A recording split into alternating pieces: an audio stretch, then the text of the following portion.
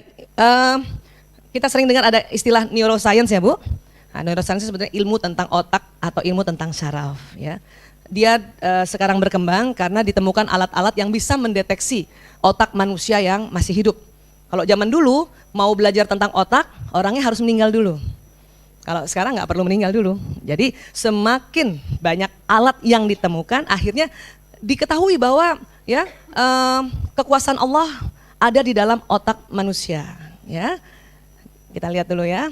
Nah, jadi era terbaru itu memahami jiwa dengan pendekatan ilmu otak, memahami jiwa. Ya, baik sekarang. Ya, ini otak ya Bu. Rupanya ilmuwan sekarang bersepakat ya mempunyai persepsi bahwa bersemayamnya jiwa tuh di otak. Ya, jadi ada jiwa, ada ruh. Ya, nanti kita lihat nanti apa perbedaannya. Ya, nah ini otak kita yang masih hidup ya Bu. Enak makan otak Bu. Baik, ya gini. Otak itu pertumbuhannya sangat menakjubkan di fase perkembangan ya. Jadi otak manusia tuh waktu sejak lahir itu setiap menit itu berkembang sekitar 250.000 sel otak setiap menit. Waktu dari bayi nih 250.000. Karena totalnya semua itu nanti setelah dewasa jumlahnya 1 miliar. Jadi bayangkan dia berkembang setiap menit 250.000 sel otak atau orang bilang sebut neuron ya.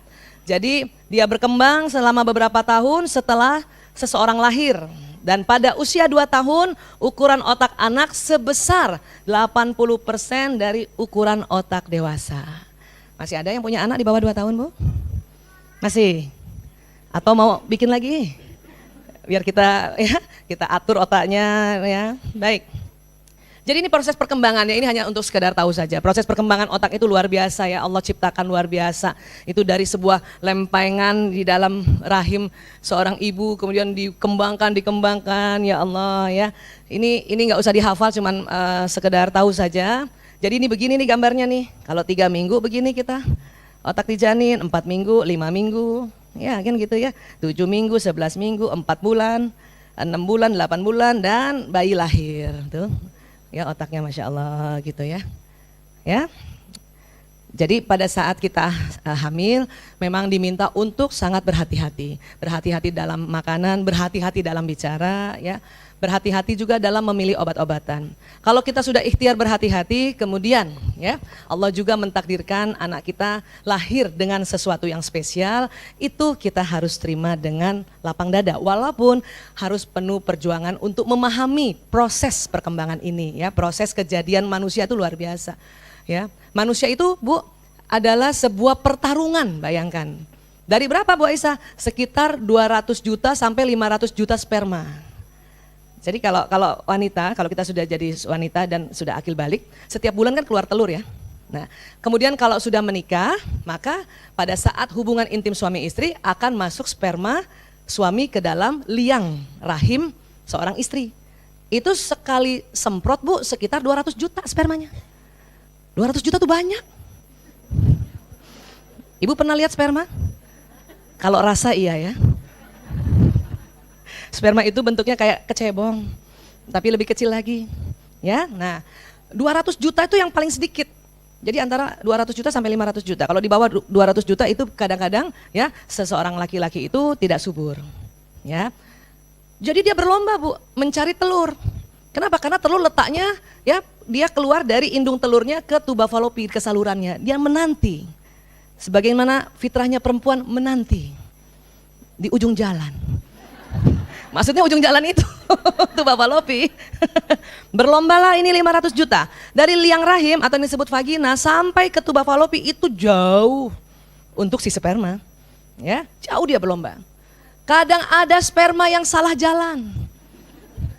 Karena telurnya di kanan yang keluar, kita ada indung kanan kiri ya. Dia di kanan, dia ke kiri. Nggak ketemu deh. Ada yang sperma putus asa. Kenapa? Karena temennya udah berlomba. Sperma nggak punya mata Bu, cuman dia punya rasa. Ya kalah deh, kalah kan? Ya 500 juta. Kalau satu sudah masuk ke telur, maka yang lain tidak bisa masuk. Sama, kalau sudah ada satu yang lamar kita, yang lain sudah no way. Tunggu apa? Tunggu selesai pelamaran jadi atau enggak. Ya, luar biasa. Jadi terimalah anak kita sebagai the winner, sebagai pemenang. Ya. Dan seandainya pada saat lahir Allah berikan ya kelebihan-kelebihan atau kekhususan-kekhususan, tapi itulah sang juara.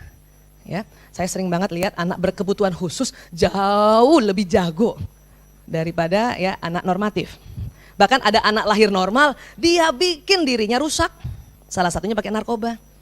Sehingga mereka kadang menjadi kebodohan permanen. Coba Bu, bayangkan sudah bodoh permanen. Itu gara-gara narkoba tuh, hati-hati ya Bu. Terutama yang lem ya Bu, lem. Ibu kalau anandanya suka main squeezy itu suruh jauh-jauh. Kan sekarang kita apa-apa pakai spidol ya, minimal 1 jengkal ya Bu. Ini sisipan sedikit ya, karena itu merusak otak soalnya. Ya, lem tahu Ibu, lem kaleng, apapun mereknya. Ya, menyengat sekali bukan? Iya. Siapa yang suka bau bensin? Kalau cuma sekelebatan gitu nggak masalah. Kalau yang masalah Ibu ambil, Ibu hirup, wah mati. Hati-hati itu. Itu bisa jadi bodoh permanen tuh, bayangin. Lahir sehat, dia cium lem, bodoh permanen. Mau sekolah di mana kalau sudah bodoh permanen? Ya, karena perkembangan otak ini luar biasa, masya Allah ya. Ya ini cuma perbandingan ya. Jadi berkembang tuh luar biasa Bu. Ya, beratnya pun jadi luar biasa. Tapi Bu, nanti di umur-umur kita 50 tahun ke atas mulai otak kita atrofi, menciut. Paling cepat menciut tuh otak perempuan. Karena banyak yang dipikirin. Ya listrik lah, ya belanjaan lah, anak nomor 1, nomor 2, ya tetangga lah kita pikirin. Ya ipar kita pikirin. Makanya perempuan lebih cepat atrofi otaknya. Ya, iya, oke. Baik. Jadi 75% perkembangan otak anak terjadi sebelum usia 3 tahun. Jadi nanti ibu-ibu seandainya masih ada anak-anak kita sebelum usia 3 tahun tuh luar biasa ya 75% ya. 90% perkembangan otak anak terjadi sebelum usia 5 tahun. Jadi ini sering disebutnya usia emas ya. Usia emas. 0 sampai 3 tahun itu proses melihat, mendengar dan menyentuh lebih banyak. Jadi nanti kalau sudah lewat anaknya, nanti kan cucu ya Bu? Iya, sudah ada cucunya Bu? Umur berapa? Udah gede? Punya cucu lagi. Kita terapkan ilmu otak ini ya. Ya. Jadi kalau anak masih kecil biarkan dia melihat, ajak jalan-jalan ya, mendengar, tentunya mendengar yang baik-baik ya Bu, menyentuh, megang. Biarkan dia proses merangkak ya Bu. Ya, dulu ada satu masa bayi kita pakai apa tuh namanya? Baby walker. Itu nanti sambungan neuron pada saat dia merangkak nggak ada, ya. Iya. Jadi ini perkembangannya. Nanti 4 sampai 8 tahun melihat, mendengar dan menyentuh dengan penuh perhatian. Ya. 9 sampai 16 tahun juga mulai internalisasi. Jadi mulai dia ada analisa ya. Pengalaman, penglihatan, pendengaran dan pergerakan. Itu 9 sampai 16 tahun, ya. Ibu siapa yang anaknya belum masih di bawah 16 tahun? Jadi 9 sampai 16 tahun ada? Itu lagi proses juga ya, proses tentang pemahaman dia. Jadi kalau anak ibu umur 11 tahun, ibu kasih tahu berulang-ulang, dia belum paham, itu masih lazim Bu, wajar. Kadang ibu-ibu marah kan? Berkali-kali bunda bilang nggak ngerti juga. Emang belum. Apalagi anak laki. Anak perempuan tuh 9 sampai 16 tahun, laki-laki 9 sampai 18 tahun. Laki-laki baru paham tuh 18 tahun ke atas Bu. Siapa yang anaknya masih SD, anak lakinya, cucunya masih SD? Sabar sampai mahasiswa. Ya, makanya saya punya 4 anak laki ya, untung belajar dikit ya ibunya ya. Oh kalau nggak betanduk Bu, 4 anak laki. Ya Allah. Ya itu laki-laki ya. Baik lagi. Usia emas dalam pembelajaran adalah antara 0 sampai 16 tahun ya. Yang punya anak SMP sudah Bu, temani terus. Tapi suka jutek Bu Aisyah, terutama yang perempuan. Pasti mau mens tuh kalau lagi jutek. Atau sedang mens hari pertama sampai hari ketiga. Jangankan anak perempuan kita juga masih begitu. Maka ibu ajarkan anak perempuan ibu, nah kalau mau mens makanya harus ada tanggalan. Kalau lagi nggak enak perasaan ya, tiba-tiba mau marah, tiba-tiba mau ketawa, lihat agenda, oh mau mens, langsung bikin pengumuman. Ibu juga gitu, saya di rumah begitu, kalau udah nggak enak perasaan, lihat tanggal, oh 2 hari lagi mau mens, bikin pengumuman. Bilang sama suami, mas maaf, mau mens. Itu suami saya tuh kalau saya udah kasih kode gitu, yang tadinya suka bercanda, nggak jadi bercanda. Betul. Iya Pak, kami kalau lagi mau mens Pak kayak mau makan orang. Untung udah rajin taklim. Itu aja mau nyubit. Paham ya? Jadi usia emas itu 0 sampai 16 tahun karena pada masa tersebut anak mengalami suatu fase mielinisasi, perkembangan optimum. Jadi sedang tersambung-sambung otaknya, ya. Baik. Di dalamnya ada ini nih, Bu. Saya berkali-kali cerita tentang otak, berkali-kali juga kita akan tampilkan ini karena dengan ilmu yang berkali-kali insya Allah nanti kita makin paham, ya. Science kah? Seandainya masing-masing ibu itu satu neuron, satu sel otak, ya seperti ini, ya. Nah seperti ini. Jadi bentuknya begini. Dia seperti komputer tercanggih di zamannya, ya. Ada kalimat begitu dari para ilmuwan. Makanya luar biasa Rasulullah SAW sudah bilang didiklah anakmu sesuai zamannya. Kenapa? Otaknya juga beda, Bu. Ibu siapa yang lahir tahun 60-an kayak saya ada? Itu juga ada 100 miliar otaknya. Masih ada ibu-ibu yang lahir 50-an hadir di sini. Masya Allah, subhanallah, luar biasa ya. Yang lahir 70-an, angkat tangan. Itu juga 100 miliar otaknya. Cuman udah mulai beda dengan yang 60-an. Yang lahir tahun 80-an, teman-teman. 80-an. Itu juga 100 miliar. Tapi udah lebih beda lagi. Malah tahun 80-an sudah dianggap angkatan milenial pertama tuh. Mana ibu yang lahir tahun 80-an, mana Bu? Ibu udah milenial tuh, Bu. Kalau yang 40-50 kolonial. Yang kesian antara tahun 60 sama 70 tuh. Kesian dia. Bingung didik anaknya. Orang tuanya kolonial, anaknya milenial. Makanya kalau yang lahir tahun 60-70, ibu merasa ya harus terus banyak belajar. Memang begitu, Bu. Termasuk saya sampai detik ini terus belajar. Ya, bukan apa-apa. Memang kita nggak bisa pakai pola asuh kolonial ke milenial. Gak bisa, Bu, ya bisa ditinggalkan oleh anak kita. Tidur siang, gimana mau tidur siang orang sekolah sampai jam 5? Kolonial kan ada siesta kan, Bu? Ada tidur siang, siapa ibu yang tidur siang tuh? Sampai kalau nggak tidur siang dipecut. Sekarang gimana mau tidur siang, jam 2 ada di sekolah. Maka kalau ada laporan dari guru anak-anak, ibu anaknya ngantuk, tanya jam berapa? Jam 1, jam 2, wajar. Kenapa wajar? Dulu saya tidur siang. Ibunya tidur siang dulu jam segitu. Paham ya, Bu? Jadi jangan lemah lagi sama anak. Kenapa? Bioritme tubuh tuh karena kita ya terbiasa dengan jam 1, jam 2 tidur siang, ya, sampai nanti mau menjelang asar, anak-anak juga seperti itu. Kecuali gurunya jago tuh. Kalau pelajaran siang-siang itu dia bisa bikin anak-anak nggak tidur, jago banget. Ya. Baik, kembali. Jadi ini ada seperti ini. Tapi beda. Apanya beda, Bu Aisyah? Ya, daya tampung memorinya, daya tampung datanya. Saya juga 100 miliar, Bu. Tetapi ibu-ibu yang tadi lahir 80-an, itu juga 100 miliar. Lebih banyak menyimpan data dibanding saya. Anak kita yang tahun 2000-an, ibu anaknya tahun berapa? 2000 ada? Lahir 2000 ya, 90-an 2000, itu juga 100 miliar. Tapi daya tampung memorinya juga lebih banyak. Jadi semakin generasi semakin muda, itu neuronnya semakin bagus daya tampungnya. Paham ya, Bu? Jadi please, kita dilarang mencela generasi baru. Mereka kesel kalau ibu bilang mereka tuh generasi mecin. Generasi galowers. Orang mereka bilang saya nggak tahu mau dilahirin generasi sekarang. Ya. Dan harus yakin semakin bagus semakin generasi baru itu semakin bagus daya serap otaknya. Emang otak zaman dulu nggak bagus? Bagus, Bu. Cuman beda. Apanya beda? Otak zaman dulu tuh yang 40, 50, 60, sampai 70 tuh, dia bandel otaknya. Kejeduk nggak cepet geger otak. Itu zaman dulu tuh. Anak sekarang jangankan kejeduk, di hardik aja udah geger otak dia.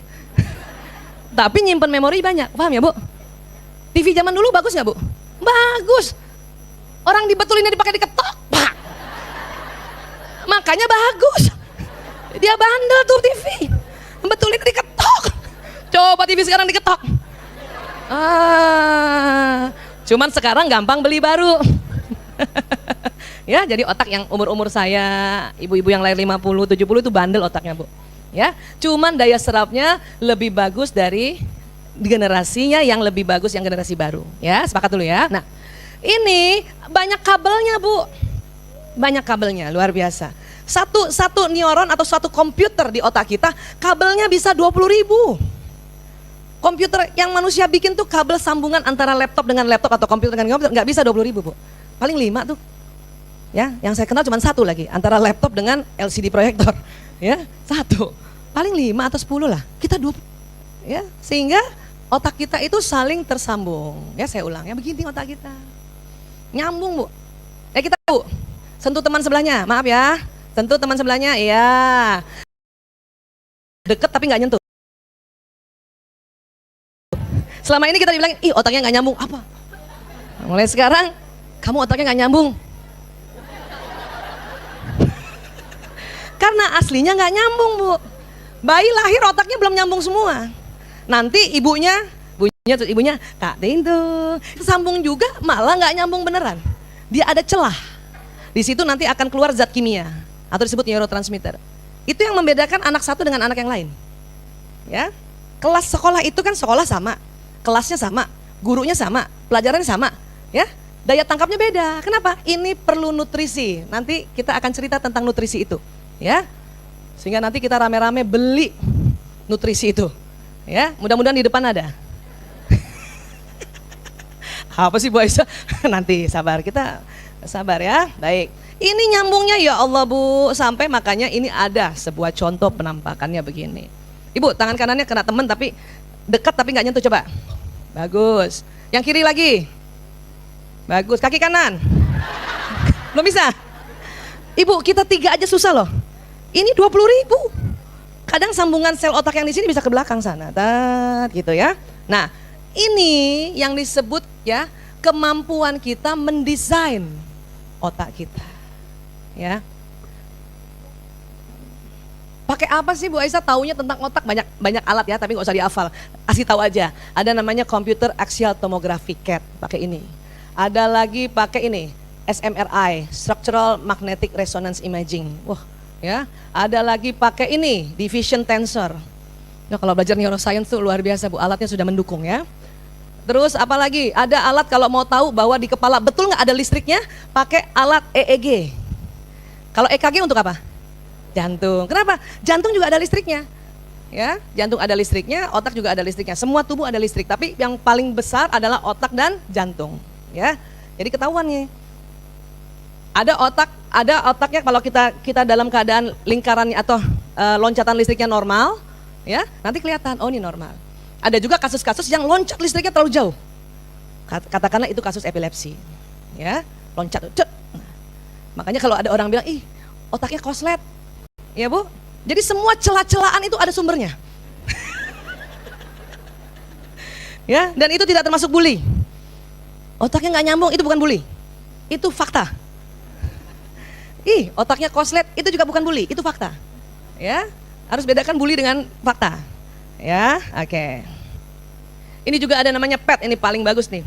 Positron emission tomography. Ya, jadi ketahuan ya bentuk-bentuk otaknya. Ini kalau orang Alzheimer nih, kalau kena Alzheimer disease ya, otak yang kena penyakit yang orang bilang pikun. Ya. Tapi kalau Ibu sering ngomong pikun terpikun betulan Bu. Nauzubillah min dzalik. Ibu pernah gini nggak?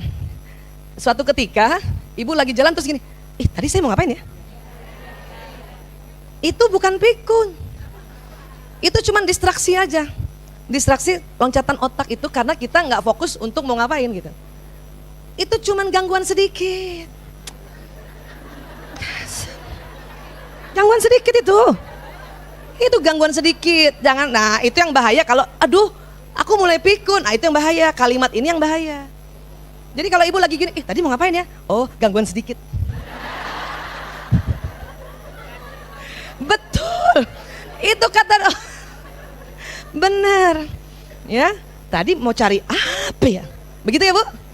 Itu gangguan sedikit saja itu, nggak apa-apa. Ya, kita harus mengapresiasi otak kita, karena otak kita tuh luar biasa. Kita yang bikin pikun cepat, kenapa? Kita yang ngomong. Tapi kalau Alzheimer gimana Bu Aisyah? Ini memang ada penyakitnya. Bisa karena dampak hipertensi yang tidak terkontrol, atau kena virus, bakteri, parasit, ya. Oke, jadi itu gangguan sedikit ya Bu. Oke, harus berbesar hati. Nggak cuma Ibu doang yang begitu, semuanya ya. Baik, ini apalagi ini nih alat functional MRI ini luar biasa. Ini bukan cuma tidak seperti MRI biasa ya. Kalau MRI biasa itu melihat oh ada tumor nggak, ada cancer nggak, ada perdarahan nggak. Kalau ini orang masuk ke situ Disuruh berpikir, oh ketahuan, oh otak ini yang bekerja. Disuruh ngomong, ketahuan otak ini yang bekerja. Ya, disuruh menghayal, ketahuan otak ini yang bekerja. Disuruh menghitung, oh ketahuan otak ini yang bekerja. Pakai alat functional MRI. Ya, ini luar biasa nih. Ya, mudah-mudahan amal jariah terus mengalir buat yang menciptakan. Mudah-mudahan muslim, mudah-mudahan sih. Iya. Pernah nggak dulu saya kasih lihat gambar? Kasih contoh aja ya. Ini pakai functional MRI. Ini otak pria wanita. Ini pria, ini wanita. Kan otak terbagi dua ya. Yang terdeteksi di FF functional MRI apa waktu itu? Jadi ada 100 perempuan masuk functional MRI suruh ngomong. Ada 100 laki-laki masuk functional MRI suruh ngomong. Ternyata kalau laki-laki ngomong, yang bekerja cuma otak kiri. Perempuan yang ngomong, yang kerja otak kiri ke makanan. Banyakan siapa, Bu? Pakai alat itu tadi. Perempuan otak bicaranya kiri kanan, kirinya banyak, kanannya kanan depan. Paham ya, Bu? Laki-laki makanya kalau dia ada pecah pembuluh darah atau stroke, ya, kemudian dia lumpuhnya di kanan, berarti susah ngomong nantinya tuh. Kenapa? Karena kirinya yang kena cedera. Karena otak kiri mengatur tubuh yang kanan, otak kanan mengatur tubuh yang. Jadi kalau misalnya ada pasien laki-laki, kok lumpuhnya di yang kanan, waduh ini terapi bicaranya bisa lama nih. Kenapa? Kena dia. Yang beruntung perempuan, di mana aja masih bisa bicara. Karena otak bicaranya kiri kanan. Ya, tapi yang lebih beruntung lagi kalau kita terhindar dari stroke. Ya, amin insyaallah ya. Baik, ini kalau hasil MRI biasa begini, kalau functional dia bisa ada begininya. Ya, nah sekarang. Ini juga ada namanya pharmacological functional MRI. Jadi orang nih obat-obatan yang ditemukan oleh para ilmuwan itu bisa terdeteksi lewat alat otak nih, apalagi obat yang untuk otak ya. Oh obat ini, dia bekerjanya di otak bagian kanan, oh gitu. Ya, jadi semua ada alatnya. Ini lagi lucu nih TMS nih, transcranial magnetic simulation. Pemindaian dengan melakukan rangsangan non-invasif ke bagian otak tertentu untuk memicu perilaku-perilaku yang sedang diteliti. Ya, pakai alat ini nih, jadi ketahuan. Oke? Nah sekarang, ini. Bagaimanakah bentuk jiwa itu? Kan tadi kita bilang katanya jiwa bersemayam di otak. Oke? Nah, para filsuf Yunani menyebutnya sebagai sesuatu yang tidak berbentuk dan tidak menempati ruang jiwa itu. Ya, dan berjuta-juta tahun, beribu-ribu tahun kemudian diteliti. Para ilmuwan modern menyebutnya sebagai fungsi yang menyertakan struktur otak dengan 100 miliar neuron.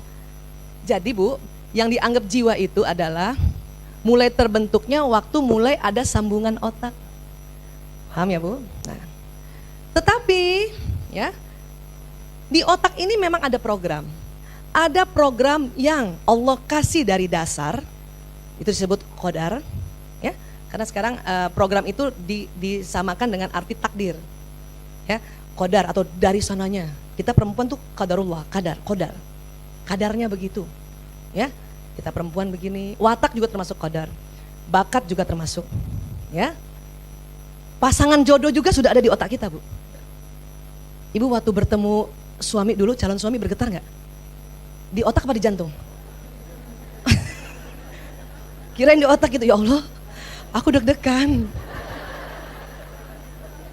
Yang bergetar di sini ya, tapi programnya di otak, Bu. Memang sengaja Allah buat sebuah mekanisme yang program semua di otak, tapi berpancar di jantung. Ya, karena nggak enak dikit-dikit kita pegang kepala. Ih aku deg-degan, nggak enak, jelek. Kalau dada, aku deg-degan, masih lebih bagus. Kadang kita suka pukul dada kita kan? Aku takut. Ini bagus kalau ibu pukul, kenapa? Jantung kita dilindungi oleh tulang-tulang rusuk kita. Tapi kalau ibu, aku takut, bahaya. Tepuk jidat. Makanya Allah kasih pancaran rasanya di jantung. Ya, walaupun nanti jantung pun ada sel otaknya. Makanya qalb itu disepakati adalah jantung. Tetapi rumah takdir di otak. Sampai sini paham ya, Bu? Nah, ada takdir satu lagi yaitu takdir ya yang kita upayakan, qada. Saya qada takdirnya jadi dokter karena saya upaya. Bisa nggak saya jadi insinyur? Bisa kalau saya upaya sebelumnya. Nah, jadi otak ini ada dua cara. Ada yang sambungannya otomatis, ada yang sambungannya kita nyambung sendiri. Ya Bu? Dan yang paling sering keliru adalah yang nyambung sendiri. Sering keliru tuh. Di sini paham ya? Nah, yang bisa kita desain itu adalah ya, sambungan otak yang kita sambung sendiri. Kita mau bikin desain ulang.